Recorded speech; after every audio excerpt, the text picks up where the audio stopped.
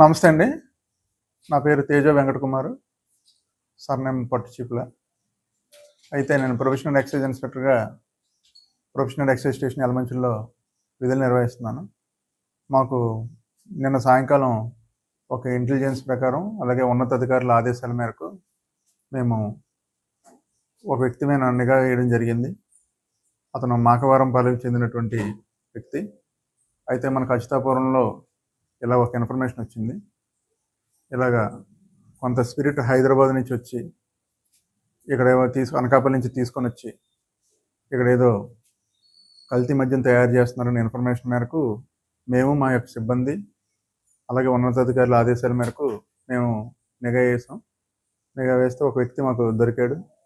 ఆ వ్యక్తి అచ్యుతాపురంలో దొరికిన తర్వాత అతను ఎగ్జామిన్ చేసి అతను ఇల్లుని సోదా చేయగా అక్కడ మాకు ఫస్ట్ ఒక 5 లీటర్ల క్యాను లభించింది. అది ఏటని అడగగా అది స్పిరిట్ అని ఇలాగా కల్తీ మద్యం తయారు చేసుకోవడం అనేసి చెప్పాడు.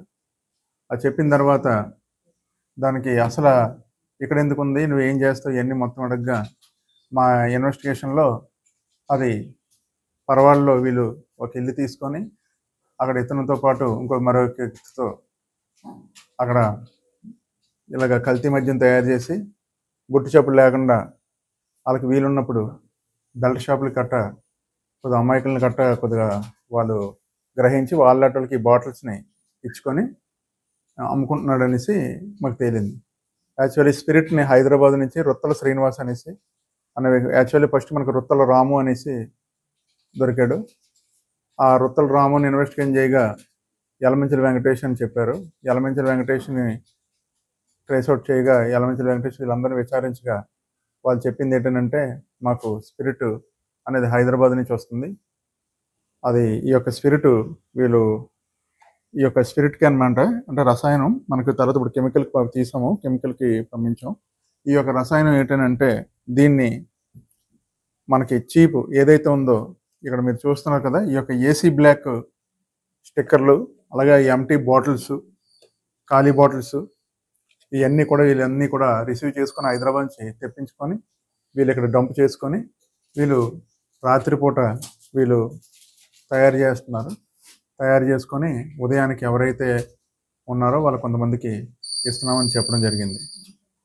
అలాగే ఇదొకటి ఏంటంటే ఈ యొక్క స్పిరిట్ని క్యారమిల్ అని అంటారు. దీన్ని ఈ క్యారమిల్ కలపగానే మనకి మందు బాటిల్ కలర్ వస్తుంది. ఆ కలర్ వచ్చిన తర్వాత బాటిల్ ఫిల్లింగ్ చేసి ఇప్పుడు మీరు ఏదైతే ఉన్నారో ఆ మిషన్ మెయిన్ ఇంపార్టెంట్ అండి. ఈ ఆ సీల్ అనేది ఆ మిషన్ ద్వారా ఈ యొక్క ఈ యొక్క క్వార్టర్స్ తయారు చేసి సీల్ వేస్తున్నారు. వేసిన తర్వాత ఈ యొక్క లేబుల్ని అందించి మనకి వస్తున్నారు. దీనికి ఏంటంటే ఈ యొక్క కేసుకి మాత్రం మా యొక్క సిబ్బంది చాలా కష్టపడ్డారు. ఒక 3 days నుంచి కూడా ముందు నుంచి కూడా మేము నిఘా వేయడం జరిగింది. అప్పటికి నేను అక్కడికి ట్రేస్ అవుట్ అయింది. అలాగే ఈ ఫేక్ కప్స్ కూడా సీల్ బాటిల్ కప్పులు కూడా వాళ్ళు తెప్పించడం జరుగుతుంది. ఇది ఏంటంటే ముఖ్యంగా మేము కోరుకునేది ఏంటంటే చాలామందికి జనాల్లో అవగాహన ఉండాలి. మాకు కూడా ఇలాంటివి ఏవైనా ఉంటే మాకు ఇన్ఫర్మేషన్ ఇస్తే మేము వెంటనే అలర్ట్ అవుతాం. ఇది ఒక్కోసారి ఇవి చాలా ప్రాణాంతకం. ఇది స్పూరియస్ దగ్గర దిగితే ఇది ప్రాణానికి కూడా ఇది కాబట్టి ఇది మేము పబ్లిక్ని కూడా కోరేది ఏంటంటే ఇలాంటివి ఏవైనా మీకు ఏవైనా తెలిసినా లేదంటే ఎక్కడైనా జరుగుతుందని విన్నా మేము వాళ్ళ వివరాలు గోప్యంగా ఉంచుతాం.